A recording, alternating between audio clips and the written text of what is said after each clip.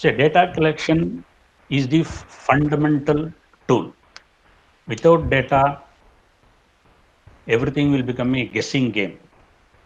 For a problem solving, guessing game is not going to help. I will just tell an incident and then we can deliberate on that. Suppose I am asked, how was the summer in this season? How was the summer in Bangalore? If I say it is very hot, never we had faced this much of temperature in Bangalore. Normally used to keep only fan in the night. This time it was so hot that I went and purchased one AC. So this is the first response. The second response could be the average temperature of Bangalore last year was 36 degree, and this year it has shown 38 degree. So one more person, 1 minute.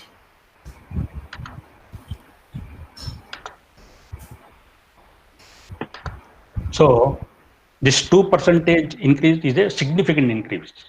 Now between these two response, which is a better response?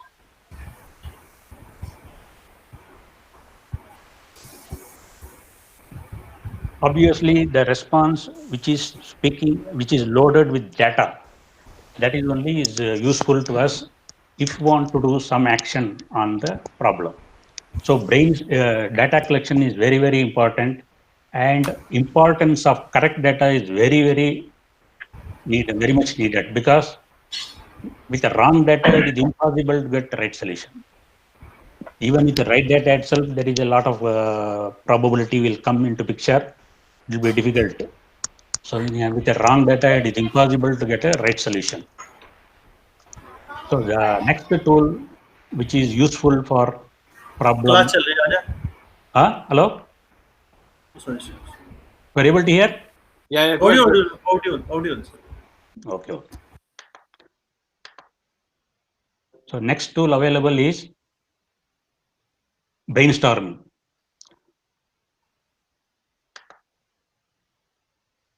Most of you are aware of brainstorming. Brainstorming is the idea generation tool. For problem solving, we require many ideas to come out, because among the many ideas, only a valid solution can come up. If you dig ground and take many stones, you may get one diamond. So to get one diamond, you should have many stones. First, you have to dig many stones. The purpose of brainstorming is to get as many ideas as possible. So maybe one example, like most of you may be knowing this, cone ice cream. All of us have taken cone ice cream. Cone ice cream is one of the product of brainstorming. See, what was the problem? The problem is disposal of cups. Disposal of cups is the problem. So one brainstorming team was formed, and they gathered and did brainstorming. Ultimately, an idea came up as eat the cup. This idea of eat the cup has given rise to a solution called cone ice cream.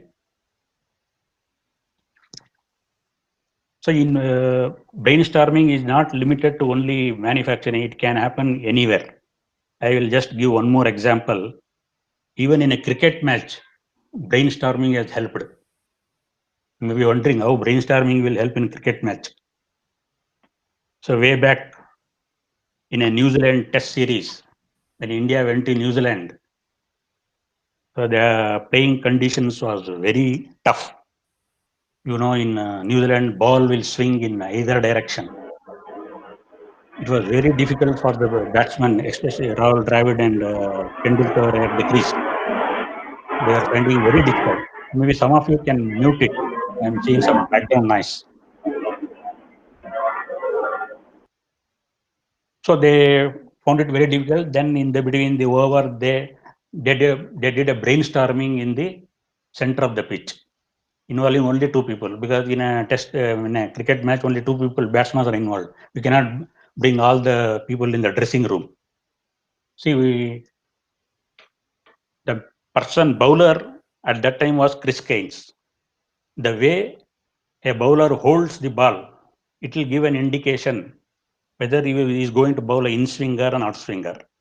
The in-swinger, out-swinger are the potent weapon available for a bowler, especially when conditions are helping him. Now, but how the batsman will know which way he will bowl, it is very difficult. But the way ball is held, with that posture, it is possible to decide whether he will bowl an in-swinger or an out-swinger. So what they decided, the non-striker end is nearer to the bowler. So they decided, looking at the grip of the bowler, if he is going to bowl, looking at the grip, if he is going to bowl in-swinger, I will hold the bat on the right hand. If he is going to bowl the outswinger, I will hold the bat on the left. So this is the idea. This is the brainstorming they did in the center of the pitch, and they came out with this idea. When they implement this, they were able to negotiate the ball, and they were comfortably playing the game and scored well. What I mean to say is brainstorming is applicable everywhere. So next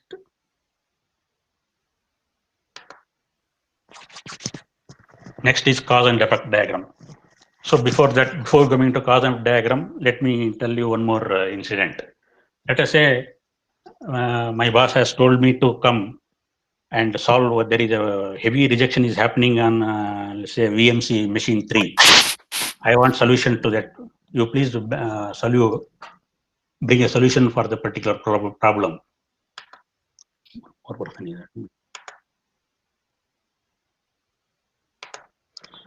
So I collected related people, manufacturing, quality, maintenance, everybody, and I listed out all the brainstorming was completed. 80 reasons were obtained for the problem in VMC3.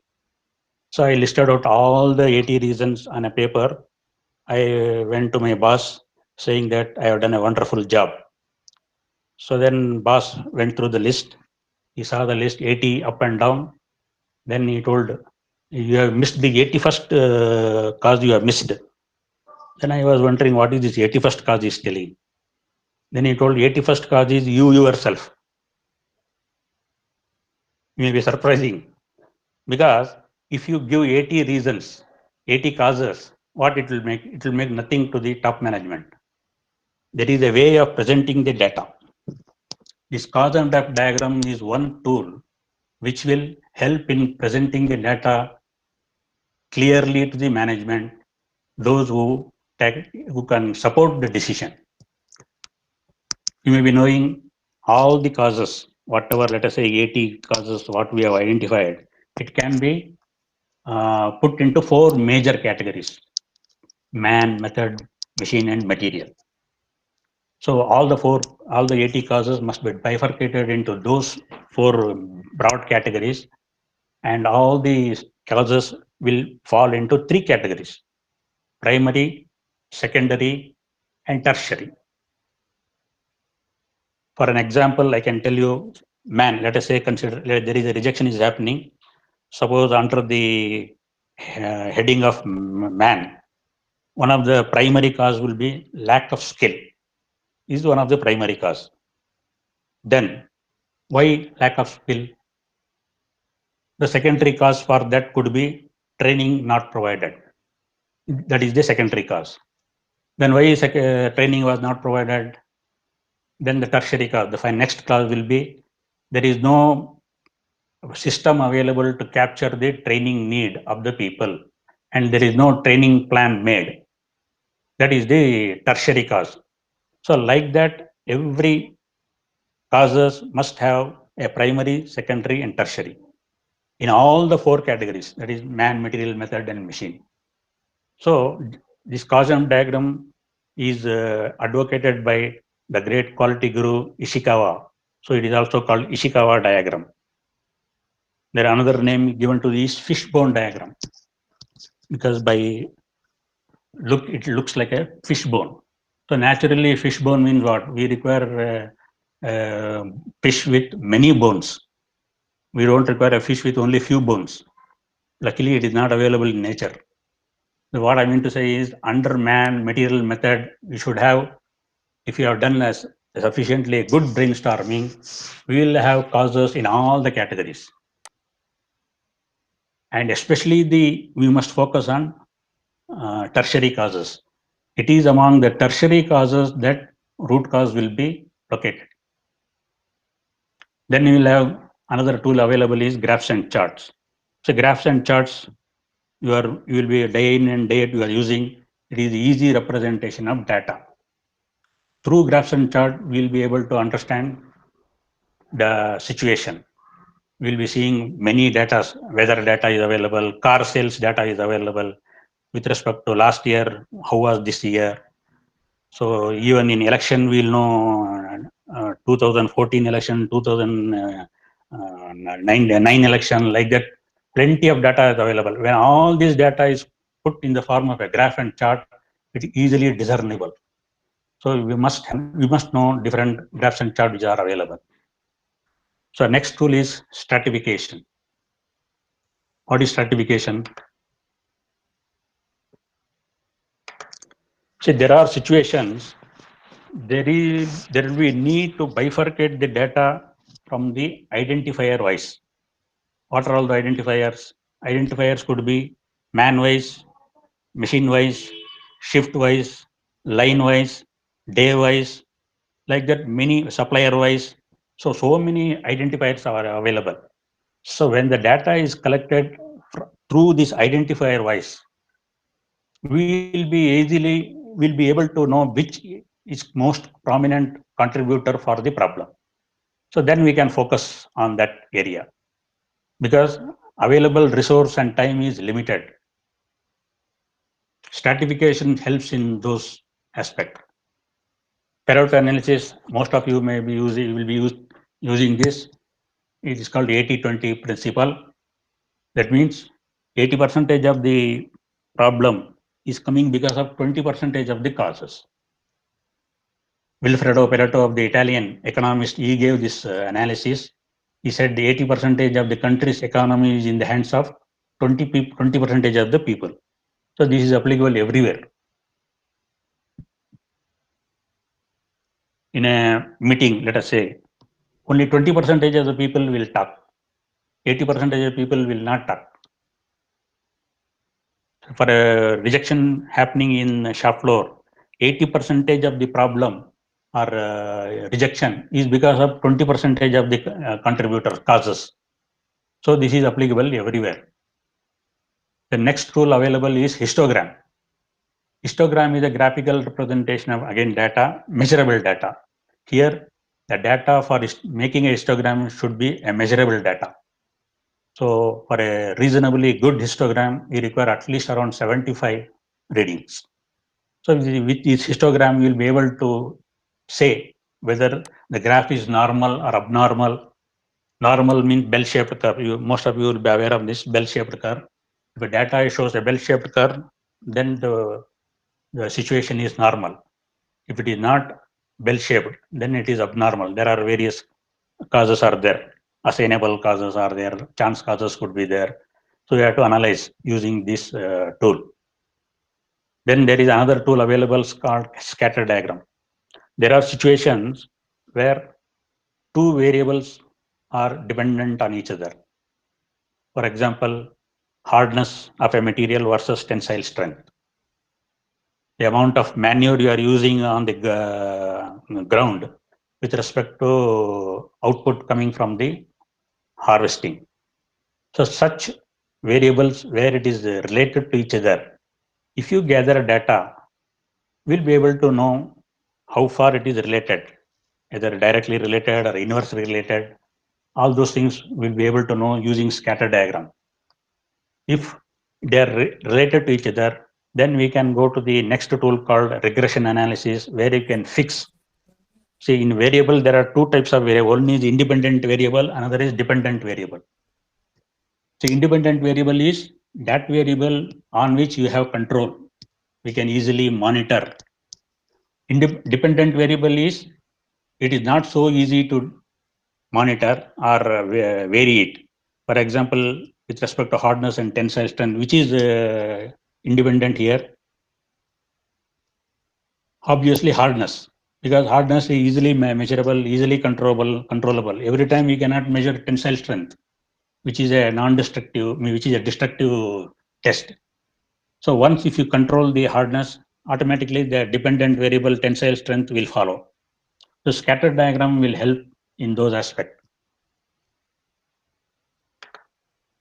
Next is box plot. See, box plot is another graphical tool where we can assess the data performance with minimum number of readings. See, as I told, for histogram, we require minimum 75 readings for a reasonable good histogram. Whereas for box plot, even with a small, few readings like 6 or 10, we'll be able to manage. Especially in a welding strength data, we cannot have 75 welding strength to be broken to find out welding strength. You should be able to decide based on just 6 joints and say whether it is satisfactory or not satisfactory.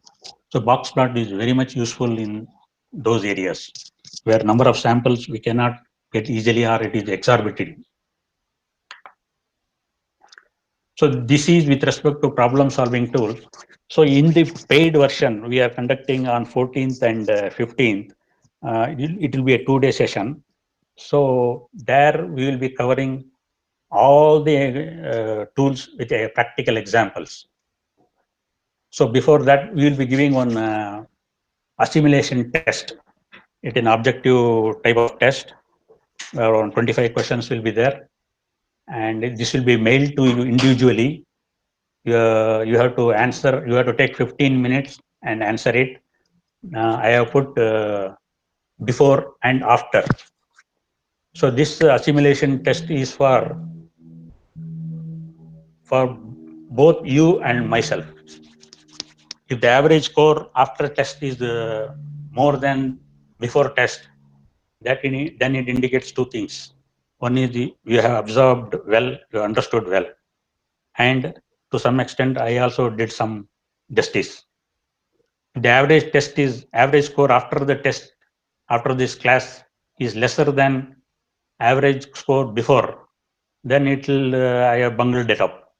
Then I have to think myself where I have to improve. So this knowledge assimilation is an objective type of test. Just you have to put a tick mark, just like a Kaun Banega Crorepati questions. Only thing is, since I am not Amitabh Bachchan, I cannot give crore to you. I can only give marks how much you have scored. Then I will also be sharing one exercise separately that will give practical cases for each tool. This you have to separately answer. It may take around 2.5 hours time. You have to answer. You have to send back to me through courier for correction.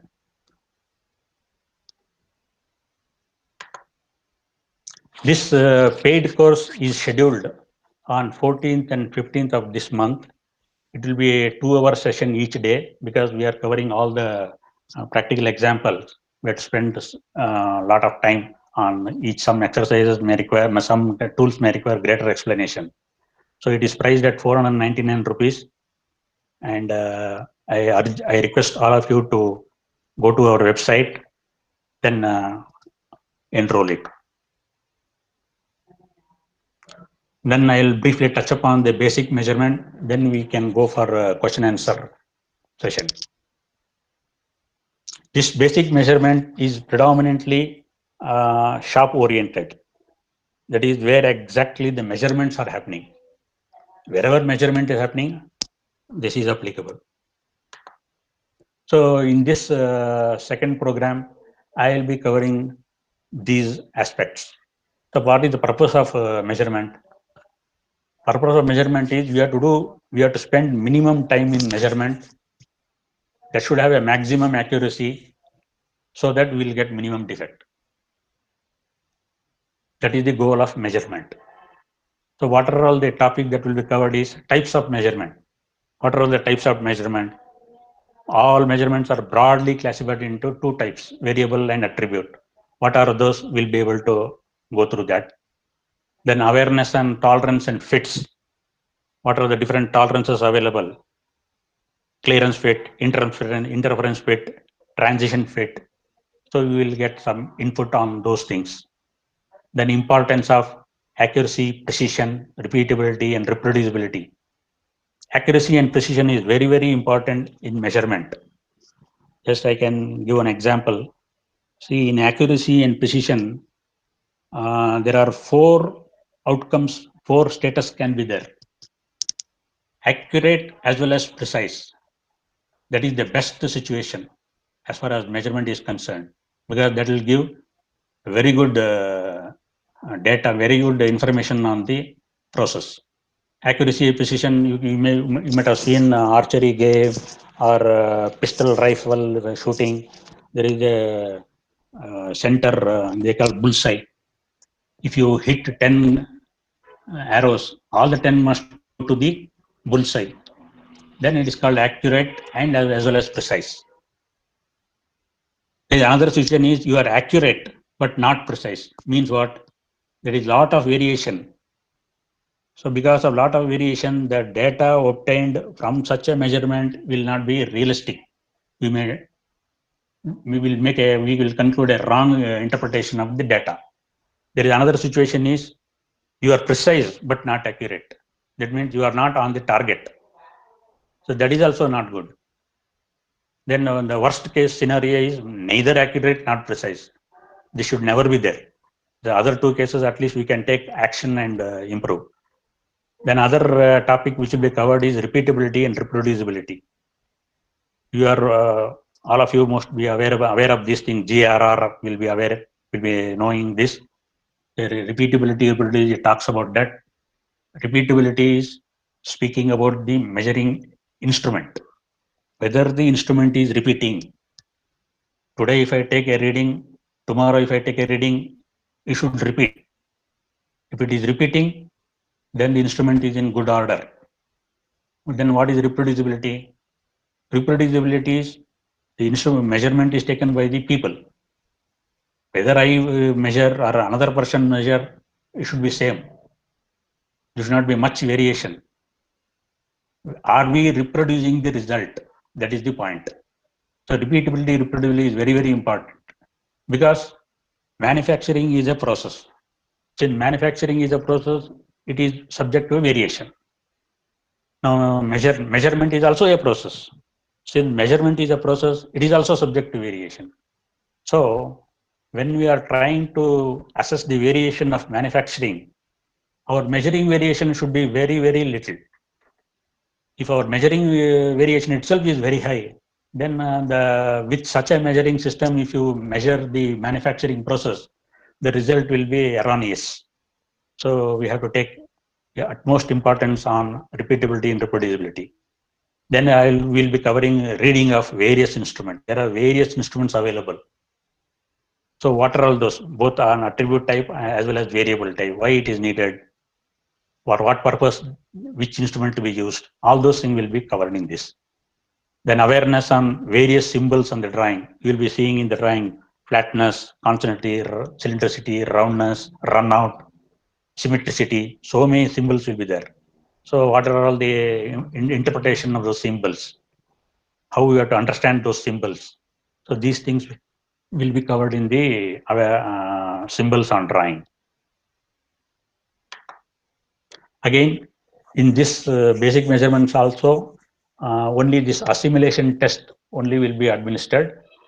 Here again, the same type of before and after assessment will be made, so that we'll know how it is improving, or how much this training was beneficial.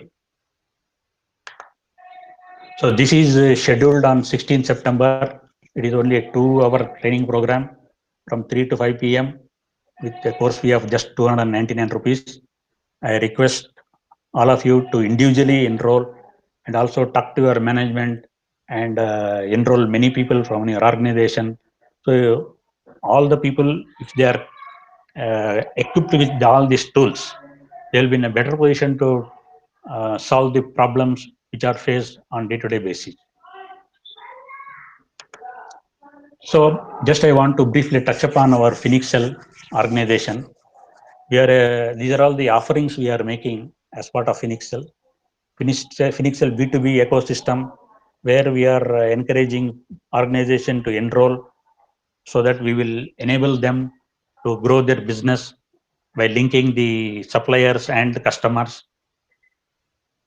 Then this everyday productivity is what we are carrying out various training, online training that comes under everyday productivity. From time to time, we'll be posting in our website. In fact, on 12th of September, we have scheduled a paid program on Internet of Things. Already we have circulated to known contacts. I request all of you to go through our website and enroll for this. Internet of Things is a very important now. It is for growing the business, reducing the cost, and doing ease of business. Then Phoenixcell.net, it is again, there's what we have mentioned about various improvements that can happen in the organization that will work with and support you.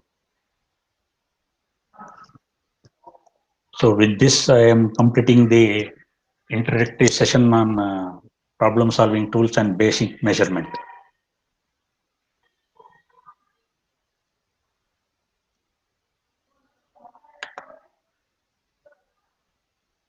Then if any doubt is there, people can ask.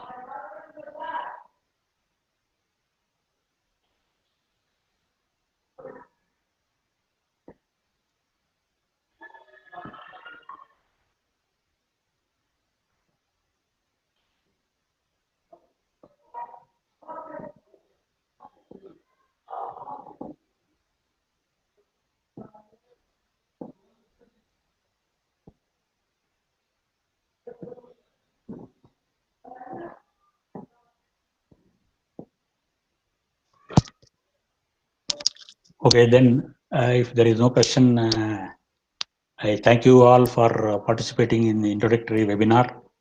I once again request you to enroll for the paid course for both the basic measurement as well as problem solving tools. And on 12th of September, I request you to enroll for Internet of Things for having a greater understanding. Thank you.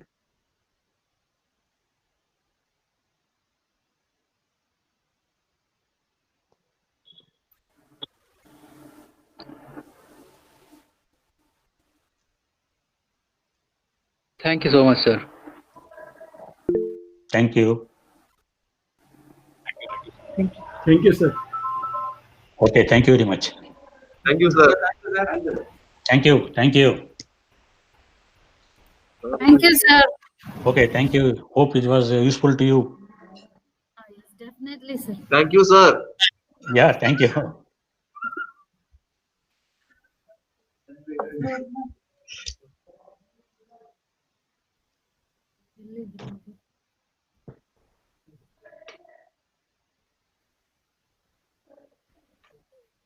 Four o'clock.